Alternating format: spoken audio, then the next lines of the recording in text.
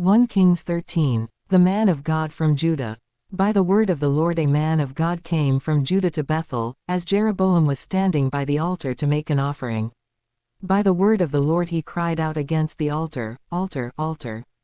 This is what the Lord says, "A son named Josiah will be born to the house of David.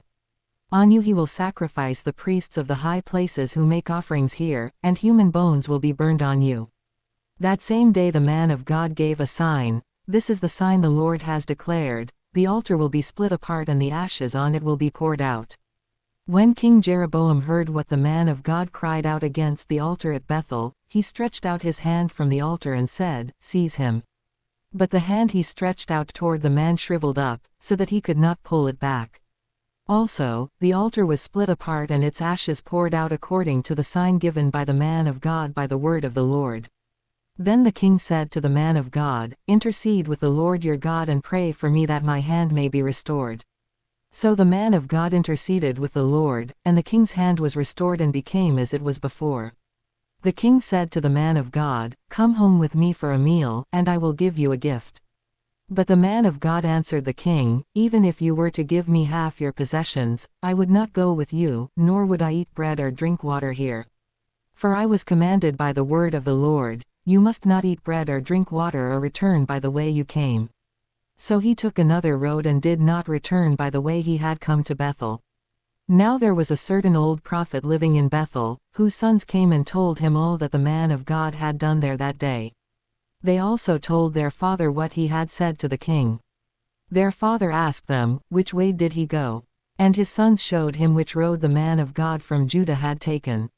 So he said to his sons, "Saddle the donkey for me." And when they had saddled the donkey for him, he mounted it and rode after the man of God. He found him sitting under an oak tree and asked, "Are you the man of God who came from Judah?" "I am," he replied. So the prophet said to him, "Come home with me and eat." The man of God said, "I cannot turn back and go with you, nor can I eat bread or drink water with you in this place. I have been told by the word of the Lord, you must not eat bread or drink water there or return by the way you came." The old prophet answered, "I too am a prophet, as you are. And an angel said to me by the word of the Lord, bring him back with you to your house so that he may eat bread and drink water." But he was lying to him. So the man of God returned with him and ate and drank in his house.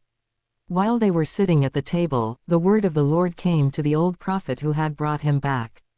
He cried out to the man of God who had come from Judah, "This is what the Lord says, you have defied the word of the Lord and have not kept the command the Lord your God gave you. You came back and ate bread and drank water in the place where he told you not to eat or drink. Therefore your body will not be buried in the tomb of your ancestors." When the man of God had finished eating and drinking, the prophet who had brought him back saddled his donkey for him. As he went on his way, a lion met him on the road and killed him, and his body was left lying on the road, with both the donkey and the lion standing beside it. Some people who passed by saw the body lying there, with the lion standing beside the body, and they went and reported it in the city where the old prophet lived. When the prophet who had brought him back from his journey heard of it, he said, "It is the man of God who defied the word of the Lord. The Lord has given him over to the lion, which has mauled him and killed him, as the word of the Lord had warned him." The prophet said to his sons, "Saddle the donkey for me," and they did so. Then he went out and found the body lying on the road, with the donkey and the lion standing beside it. The lion had neither eaten the body nor mauled the donkey. So the prophet picked up the body of the man of God, laid it on the donkey, and brought it back to his own city to mourn for him and bury him. Then he laid the body in his own tomb, and they mourned over him and said, "Alas, my brother."